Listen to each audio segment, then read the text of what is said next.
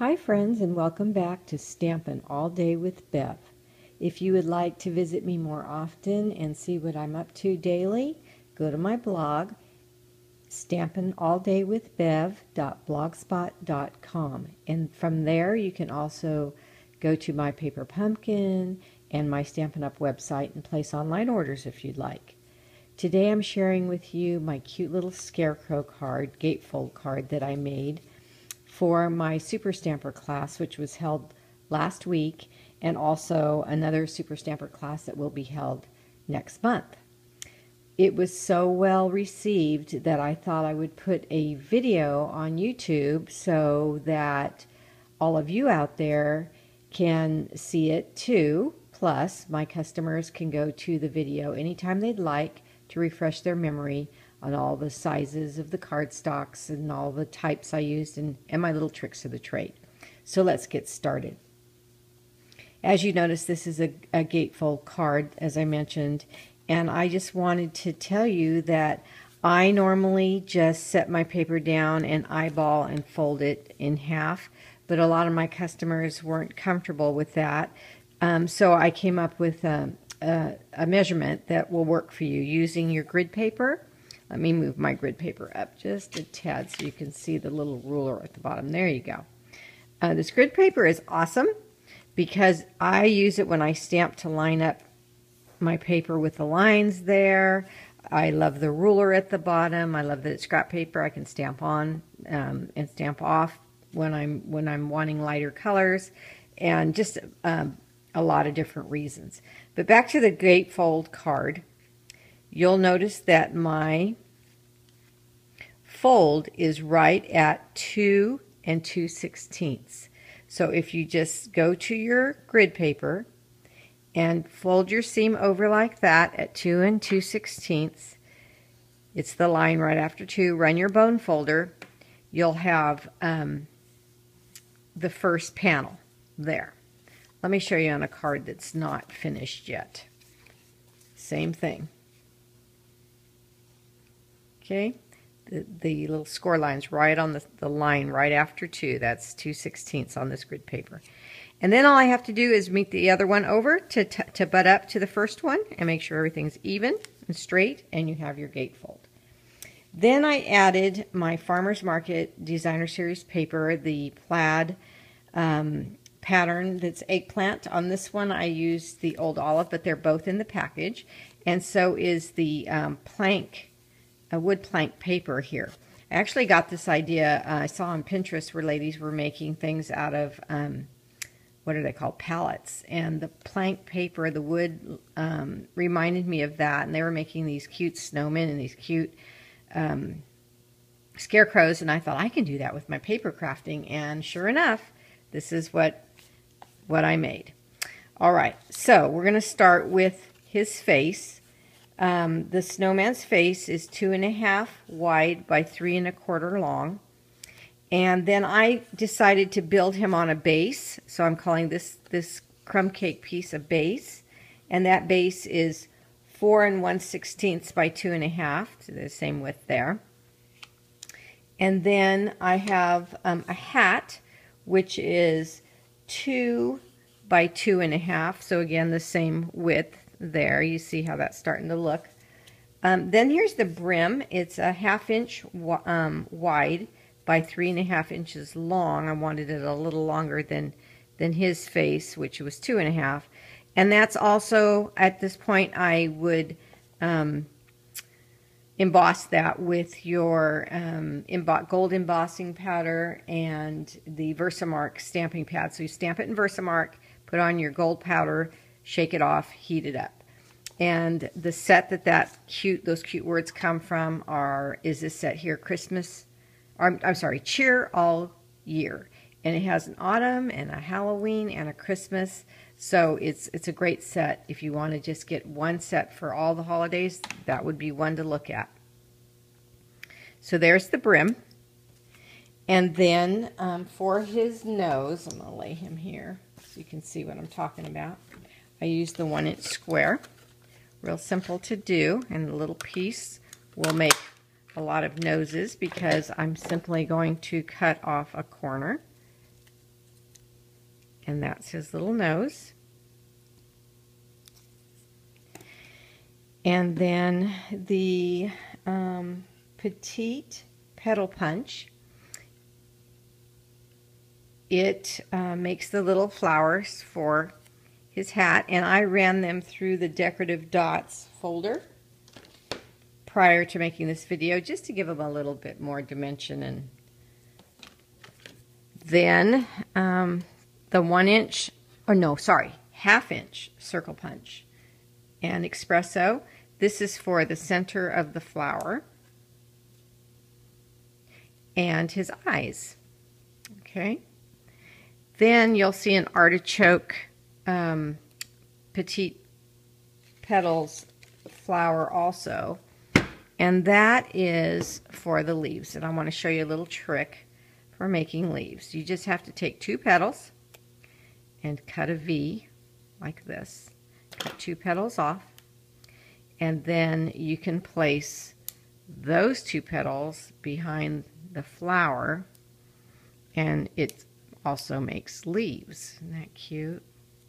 So you can see how I built that.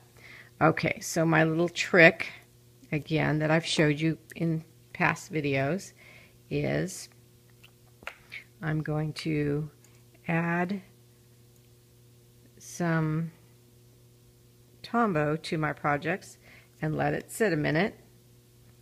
And let me get this off my finger. And then it will become sticky, and I can use them later and they won't slip around on me. So now I'm going to take the eyeballs, and this is our white gel pen, also in the annual catalog, and I simply make a little half moon and a dot, a half moon and a dot. This one a little darker. There we go. Okay, let that set. Now you can just put all his face, you can put his face onto the base, and we need his hair. His hair is also 2.5 by 1 inches. 1 inches is a little bit wide for what I need his hair to do, but I make it a little bit wide at the beginning because I'm going to take my fringe scissors and I'm just going to cut his hair, his little bangs. And so I want some extra on top so they don't, of course, all just fall apart when I fringe the paper. And then I'll cut some of that off. Now the fringe scissors cut really well. It makes grass for Easter, different things. But I want to cut some of that off because it's going to be too wide to put behind the brim. And I want his hair just a little bit thinner than these wide pieces that the fringe scissors naturally makes. It's probably not necessary at all, but I just liked it a little better on this one project to have them a little bit thinner. So I'm going to do that. It just takes a second. Okay, then I would add my Tombow glue and put him all down there. Okay, so let me do that real quick.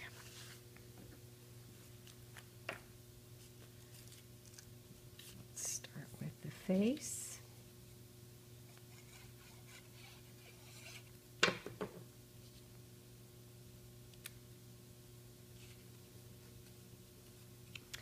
And then the hat. Now see what a difference the base makes. If you didn't have the base, you'd keep saying, oh gosh, how big do I want that? Now we're going to round his little chin. Whenever you use the corner rounder, use it upside down so you can see that the point is right there in the center of where it punches, so you get a nice smooth round. If you do it this way, you'll probably miss, and then you'll have ruined your project. It just won't look good at all. So just turn it upside down like this and you'll be a happy camper. Okay, there we go. Now I'm going to put his brim on, even though I haven't embossed this one. Maybe I'll do another video on embossing. Yes, I do like that there. So I can lift it back up because it's so forgiving. It lets me move it around. Set on my bangs, straw hair, set them there. Okay, so now these guys have been setting a minute, so I can lift up the petals, alternate them, and then put a little glue there, let it set. This one's been setting, so it'll be nice and sticky for me already. Now I can turn these guys over, add some little glue, not too much because you don't want it to seep out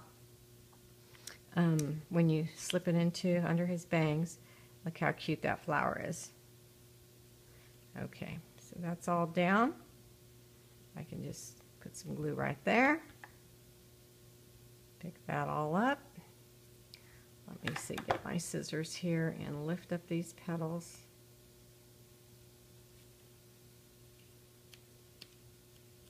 Okay, take his eyes. Just slip them where you'd like them.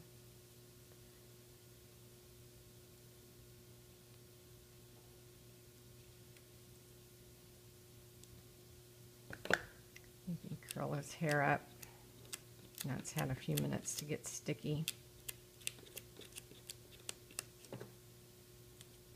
Okay, little dot on his nose for his nose. Just a tiny bit. Okay. Everybody says, how did you make the face, Bev? Well, that's really easy with our black markers, but I do want to show you the little trick to start. It's easiest for me if I just make a little half moon like that. And if you don't exactly like it, leave it alone. It's going to look fine. If you keep trying to go over it, you might mess it up and it'll look worse. And then just curve up and down, stop, and then do another little half moon at the end of that. And there you go. That's it. It's really, really simple.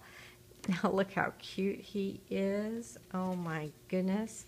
I wonder if I can make it. I just love this card. Now, I haven't put the thick baker's twine on there yet, but I'll do that right now. Give me 1 minute.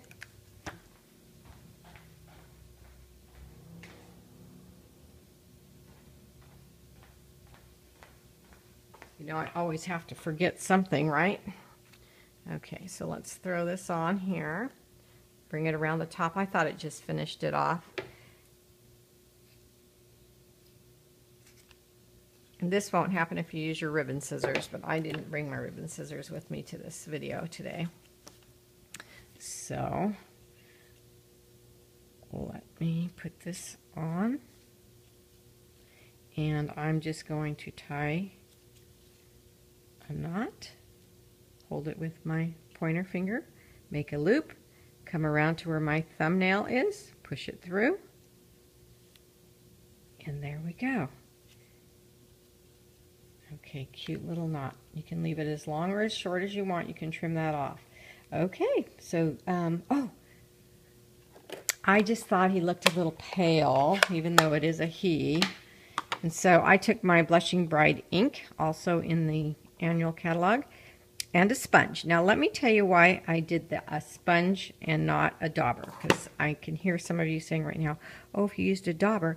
Well, you might press a little too hard and get this circle, and it just won't look as cute as this blushing cheek looks. More like makeup. Nice, even. It might look like a circle because the daubers are just a little circle, and I think that blush there looks so much cuter. One more little secret. When you put this on your card, you must remember that we're not gluing the whole thing, so you want to just look at the half that needs to be glued down and then place it on your card and let it sit for a minute. And that way it will not stick to this part of the card. And if that cording bothers you there, the baker's twine, you can add it before you put the backing on. It doesn't bother me, so I left it like that on both of them, but